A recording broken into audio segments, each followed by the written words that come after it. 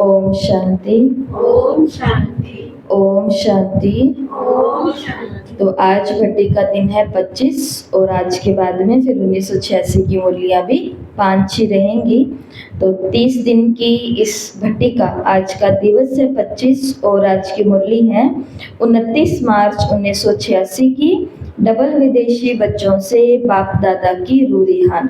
तो बाबा ने कहा, बाबा के तो सब बच्चे श्रेष्ठ भाग्यवान बच्चे हैं, विशेष सभी हैं, लेकिन फिर भी नंबरवार तो कहेंगे ना, विशेष सभी हैं पर फिर भी नंबरवार तो कहेंगे ना।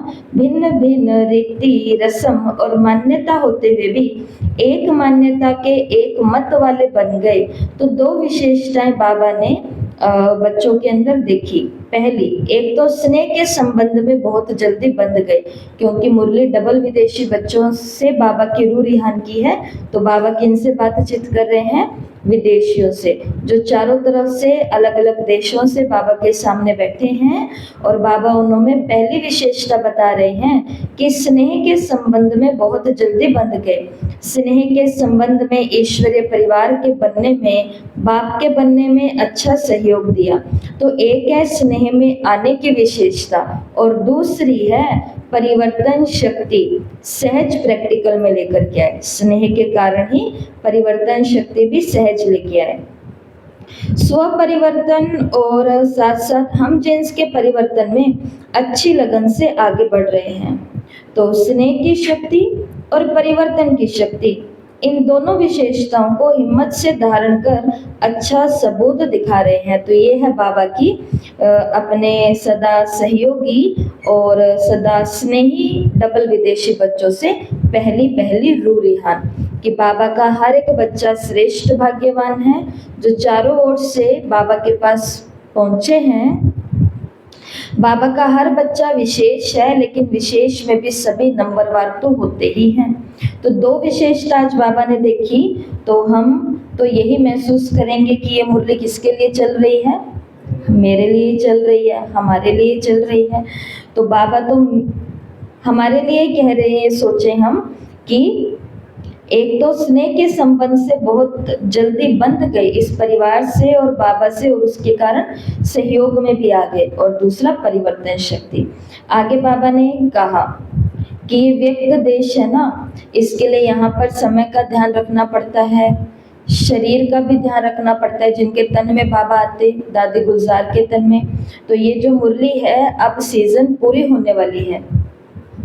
तो बाबा ने कहा कि अभी तो केवल अव्यक्त बाप दादा से जो ये सीजन चलती है व्यक्त में मिलने की, इसे मिलन मेला कहो या सीजन कहो, तो ये समाप्त हो रहा है।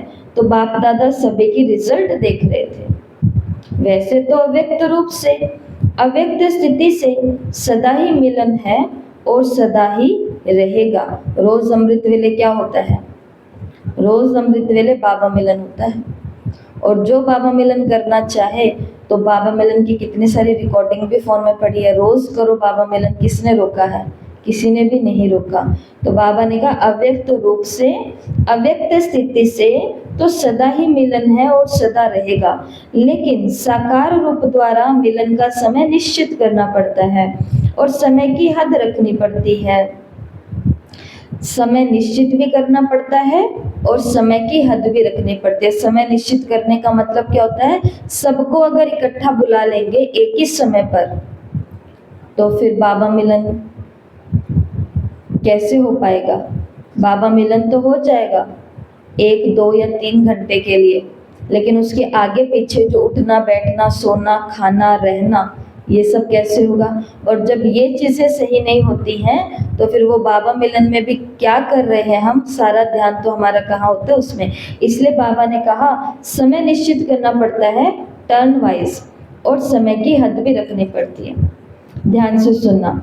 अव्यक्त रूप से मिलन में समय की कोई हद नहीं है।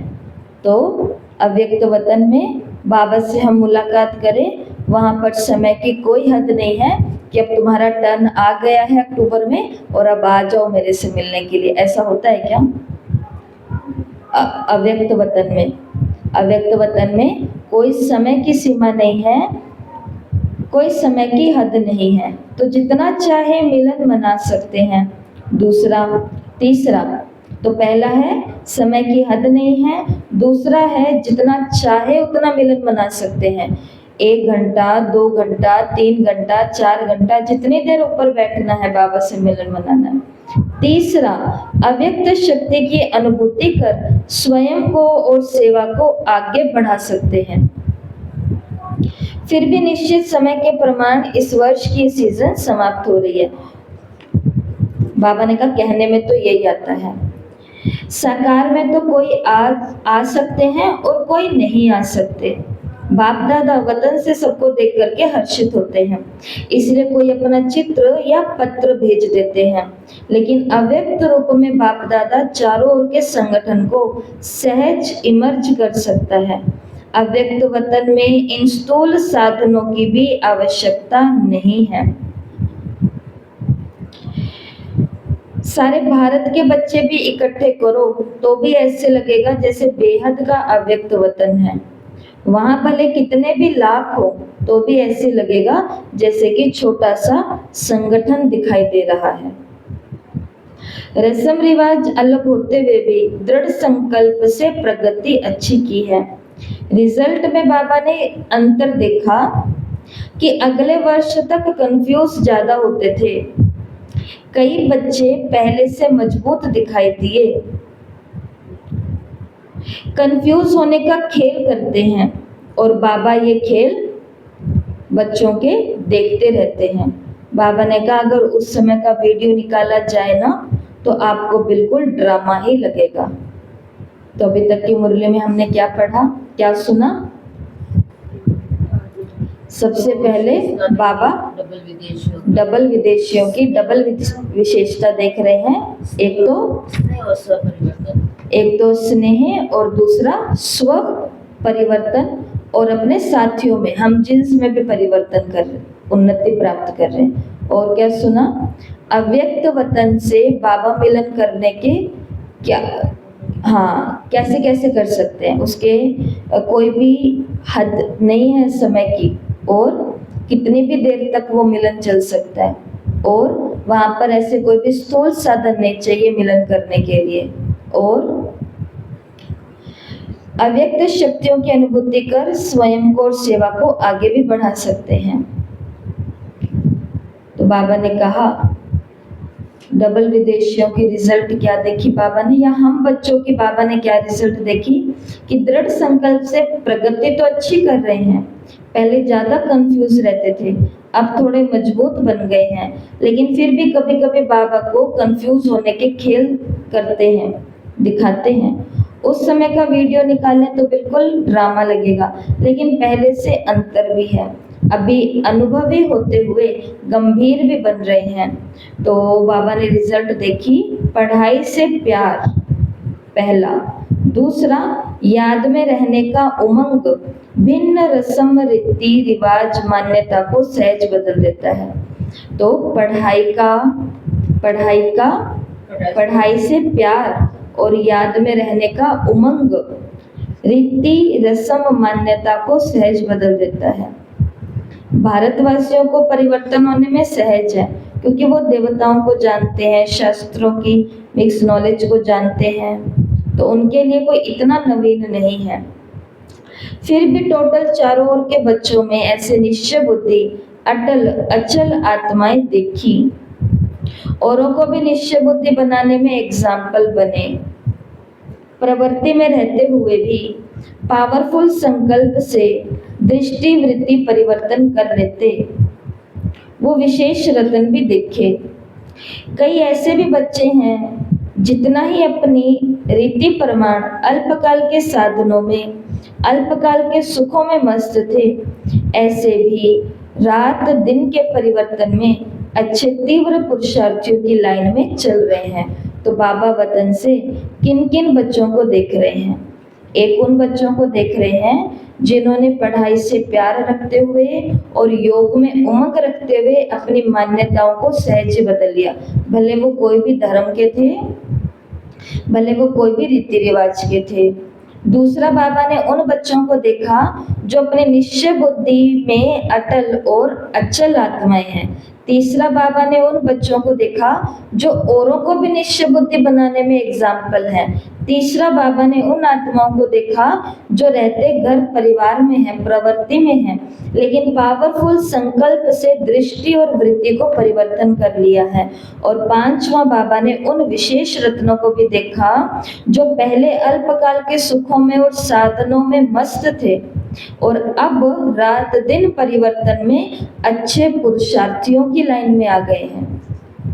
इतने सारे बच्चों को देखा, चाहे ज्यादा अंदाज इनका ना हो लेकिन फिर भी अच्छे हैं। जैसे बाप दादा झाटकू का दृष्टांत देते हैं ना, झाटकू एक धक से बलि चढ़ना। ऐसे मन से त्याग का संकल्प के बाद फिर कभी भी आंख ना डूबे, ऐसे भी बाबा के बच्चे हैं कि एक बार ये संकल्प कर लिया, कौन सा? नो, स्टॉप, बैन, कि ये वाला मार्ग मेरे लिए अब नहीं है, यहीं रुक जाना है, नो नहीं। उसके बाद कभी उन अल्पकाल के साधनों में या अल्पकाल के सुखों में आंख भी नहीं डूबी। तो बाबा ने कहा ये कौन से बच्चे हैं? झाटकू। तो ये बाबा ने आज टोटल रिजल्ट देखी, तो पता चल गया बाबा ने किन किन बच्चों को देखा टोटल रिजल्ट में। कुछ ऐसे प्रवृत्ति में रहते हुए कुछ औरों को निश्चय बुद्धि बना रहे हैं, कुछ खुद हैं जो अचल और निश्चय बुद्धि हैं, कुछ हैं जो विशेष रतन हैं, जो अपने अल्पकाल के सुख और साधनों को त्याग कर आज अच्छे तीव्र पुरुषार्थियों की लाइन में आ गए हैं, और कुछ हैं जो खुद को झाटकू माना, मन के संकल्प करने के बाद फिर उसमें कभी आंख भी नहीं डूबी। आगे मुरली के अंदर ब्रह्मा बाबा ने अपने 2 प्रकार की रचनाओं के बारे में बताया। तो ब्रह्मा की रचना 2 प्रकार की गाई हुई है। कौन कौन सी? कहीं कहीं पर लिखा हो, कहीं कहीं पर बताया कि ब्रह्मा के मुख से ब्राह्मण पैदा हुए, और कहीं पर बताते हैं ब्रह्मा जी ने संकल्प रचा और सृष्टि बन गई। तो एक ब्रह्मा के मुख से ब्राह्मण निकले और दूसरी रचना ब्रह्मा ने संकल्प से सृष्टि रची। तो ब्रह्मा बाप ने कितने समय से श्रेष्ठ शक्तिशाली संकल्प किया है, तो बाप दादा दोनों ही, फिर भी रचना के लिए शिव की रचना नहीं कहेंगे, शिव के लिए तो वंशी कहेंगे, शिव वंशी। बाकी शिव कुमार कुमारी तो नहीं कहेंगे ना, ब्रह्मा कुमार कुमारी कहेंगे। तो ब्रह्मा ने विशेष श्रेष्ठ संकल्प से आह्वान किया अर्थात रचना रची। तो ये ब्रह्मा के शक्तिशाली संकल्प से आह्वान से साकार में पहुंच गए हैं। और ब्रह्मा बाबा ने कब संकल्प रचा था? जब ब्रह्मा बाबा को ये पता चला होगा कि मुझे नई दुनिया बनानी है, तो तभी बाबा ने संकल्प रच लिया होगा कि जो भी उस दुनिया में आने वाले सहयोगी बनने वाले हैं, तो वो जहां जहां भी हैं वो बाबा के पास आओ। और तब की रची हुई श्रेष्ठ संकल्प, तो आज हम क्या बन गए? ब्रह्मा कुमार और ब्रह्मा कुमारी। तो हम सभी बाबा की कौन सी रचना है? हम 1969 के बाद जो भी पैदा हुए और फिर ज्ञान में आए, सिर्फ पैदा नहीं ज्ञान में आए, तो वो सभी ब्रह्मा बाबा की संकल्पों की रचना है। और संकल्प भी बाबा ने कहा कैसे? श्रेष्ठ शक्तिशाली संकल्प। और आज की इस मुरली में ध्यान देना, बाबा ने सभी को अपनी जिम्मेवारी भी याद कराई है, हम सभी को। संकल्प की रचना भी कम नहीं है, संकल्प ने प्रेर कर समीप लेकर के आया। ब्रह्मा के शक्तिशाली संकल्प के कारण ब्रह्मा के चित्र को देखते ही चैतन्यता का अनुभव होता है।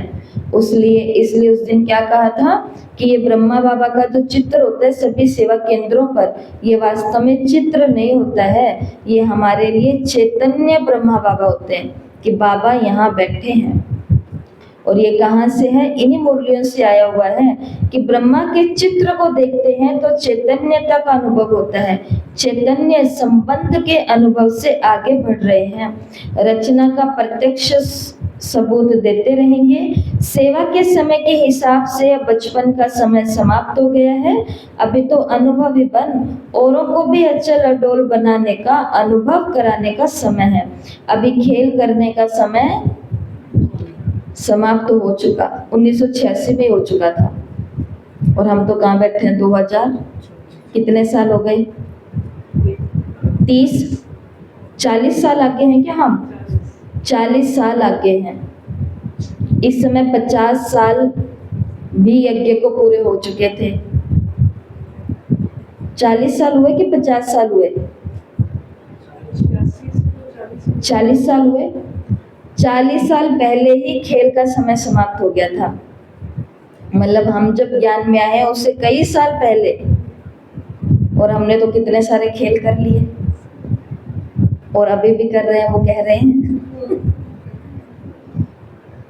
तो बाबा ने कहा सेवा के हिसाब से बचपन का समय समाप्त हुआ, अभी अनुभवी बन औरों को भी अचल अडोल बनाने का और अनुभव कराने का समय, खेल का समय समाप्त हुआ।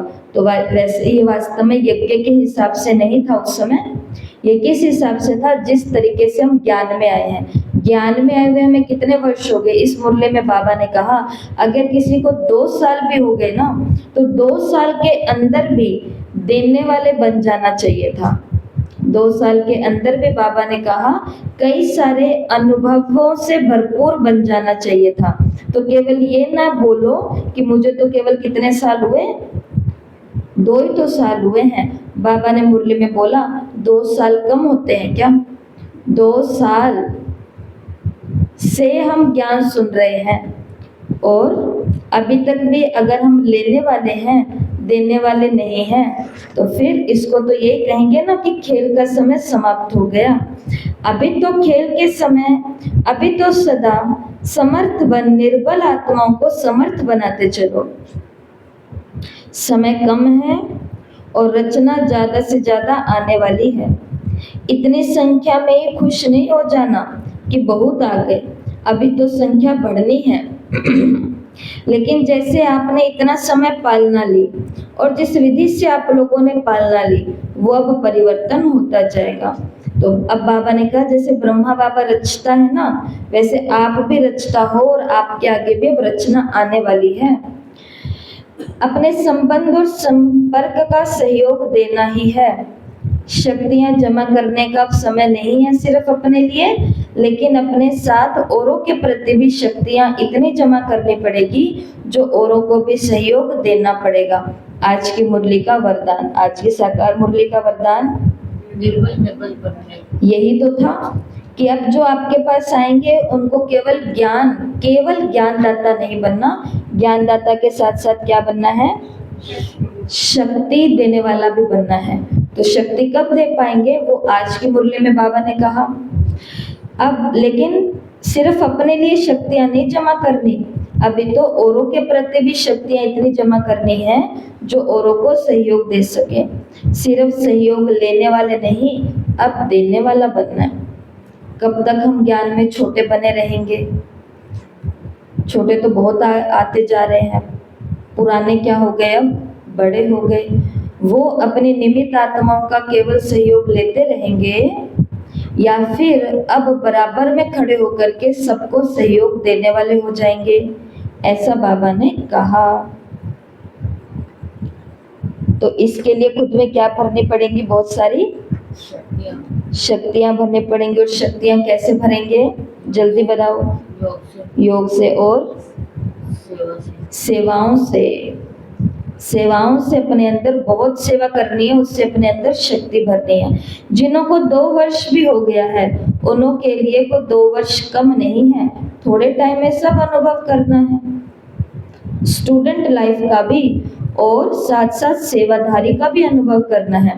तो सेवाधारी बाबा ने कहा किसको कहा जाता है? सेवाधारी कोर्स कराने वाला या भाषण कर लिया, केवल इसको नहीं कहा जाता। सेवाधारी अर्थात सदा उमंग उत्साह का सहयोग देना, कि खुद भी उमंग उत्साह में रहें और दूसरे को भी उमंग उत्साह में लेकर के आए। 1-2 का सहयोगी बनना है, 1-2 का योगी नहीं बनना। ये है इस मुरली से कई सारी बातें ध्यान देने वाली। 1-2 का यहाँ सहयोगी बनना है, 1-2 का योगी नहीं बनना। 1-2 से योग लगाना शुरू नहीं कर देना, वो चलेंगे तो ही चलेंगे। वो कहाँ है? वो है क्या? वो भी साथ हैं। वो तो ये क्या है? और कुछ भी बात होएगी उनको पहले जा कर के कोई भी बात हम करेंगे उनसे पहले जा कर के राय करना, उल्टी। तो बाबा ने कहा 1-2 से योग नहीं लगाना शुरू करना, बल्कि 1-2 का क्या बनना है? हमको सहयोगी बनना है। तो 2 बातें आ गई हैं, सेवाधारी भी बनना है और सहयोगी भी बनना है। तो सेवाधारी का मतलब है सब में उमंग उत्साह बनाए रखना। सहयोगी बनने का मतलब है 1-2 को तीव्र पुरुषार्थ तक पहुंचाने का सहयोग देना, बाप के समीप लाना। और लास्ट में बाबा ने कहा कभी भी किसी भी स्वयं के संस्कार व संगठन के संस्कारों व वायुमंडल की हलचल से दिल शिकस्त नहीं होना। सदा बाप को कंबाइंड रूप में अनुभव कर दिल शिकस्त से शक्तिशाली बन आगे उड़ते रहो। हिसाब किताब चुकता हुआ बोझ उतरा।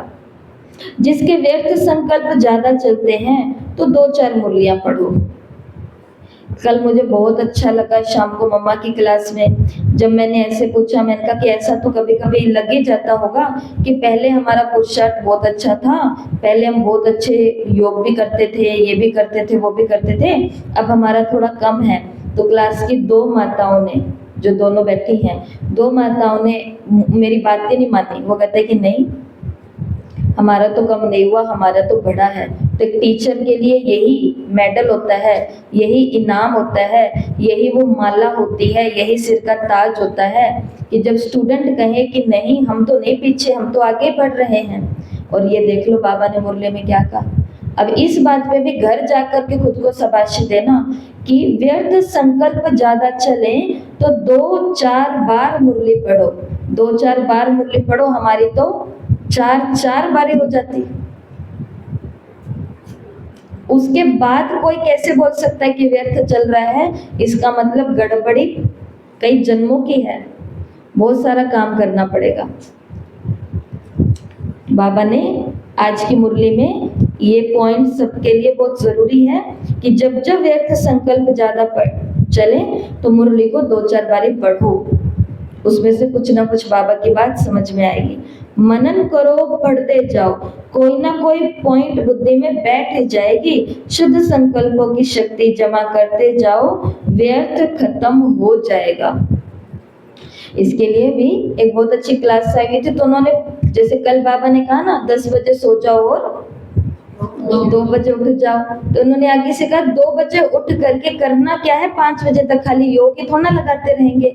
इस 2 से लेकर के 5 के बीच में पढ़ाई करनी है, ज्ञान का मनन करना है, चिंतन करना है, सेवाओं के नए नए प्लान्स बनाने हैं, होमवर्क करना है। कोई काम पेंडिंग पड़ा है योग का, पढ़ाई का, आइडिया, सेवा का, वो सारे काम बाबा के साथ मिलकर के कब करने हैं?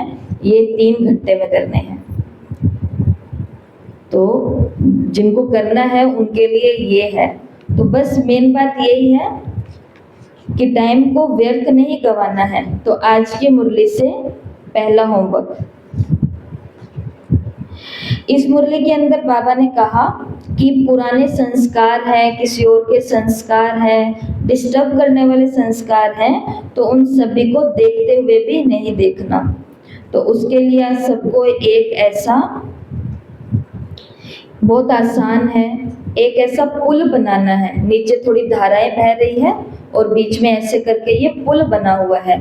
इस पुल के ऊपर क्या लिखा हुआ है? पुल के ऊपर लिखा हुआ है मेरे पुराने संस्कारों से बाबा के संस्कारों की ओर।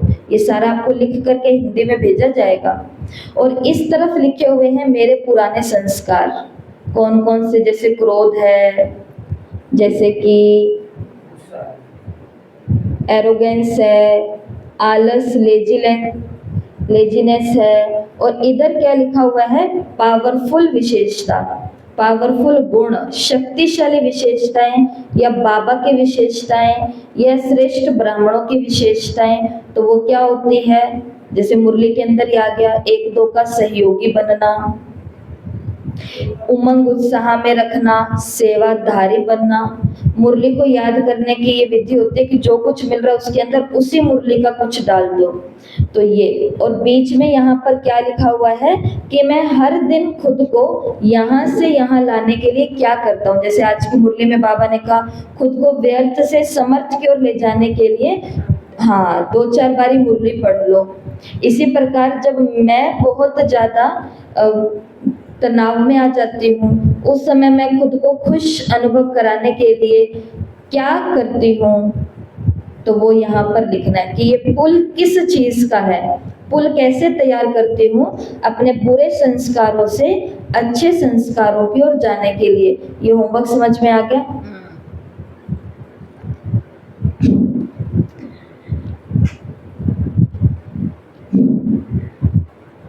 क्योंकि मेरे को पूछना पड़ेगा, जो करता है वो बोल दे, इतने में लगता है कि हाँ भाई समझ में आ गया, नहीं तो फिर दिन में पूछेंगे इसलिए। ठीक है, तो ये पहला ये है होमवर्क, आध्यात्मिक पुल का चित्र बनाना है जिसका शीर्षक देना है मेरे संस्कार से बाबा के संस्कार तक। चित्र की एक ओर लिखने हैं पुराने संस्कार, चित्र की दूसरी ओर लिखने हैं शक्तिशाली गुण, और चित्र के बीच में लिखना है कि वो शक्ति या वो साधन जो आपको रोज इस पुल को पार कराती है। रोज मैं इस पुल को पार करके इस तरह चली जाती हूँ। ठीक है, और आज का दूसरा होमवर्क है कि मुरली की 5 विशेष पंक्तियों को आपको अपने नोटबुक में लिखना है। मुरली की विशेष 5 पंक्तियों को आपको अपनी कॉपी में लिखना है। और आज का तीसरा होमवर्क जो लिखने का नहीं है, जो अनुभव करने का है। ब्रह्मा बाबा के चित्र के सामने बैठना है, सबके पास है बाबा का चित्र, तो ब्रह्मा बाबा के चित्र के सामने बैठना है और ये अनुभव करना है कि उनका संकल्प आप तक पहुंच रहा है, अदृश्य शक्ति आपको पुकार रही है। बाबा को देखते हुए अनुभव करना है कि बाबा का संकल्प मुझ तक आ रहा है और बाबा की अदृश्य शक्ति मुझे पुकार रही है। जैसे बाबा ने पुकारा तो मैं शूद्र से ब्राह्मण बन गया, ऐसे बाबा की अदृश्य शक्ति मुझे पुकार रही है तो वो ब्राह्मण से मैं संपूर्ण बनूंगा, फरिश्ता बनूंगा। ये 3 होमवर्क हैं जो सभी को करने हैं। मुरली को एक बार और पढ़ना, दिन में टेस्ट देना। अच्छा, ओम शांति।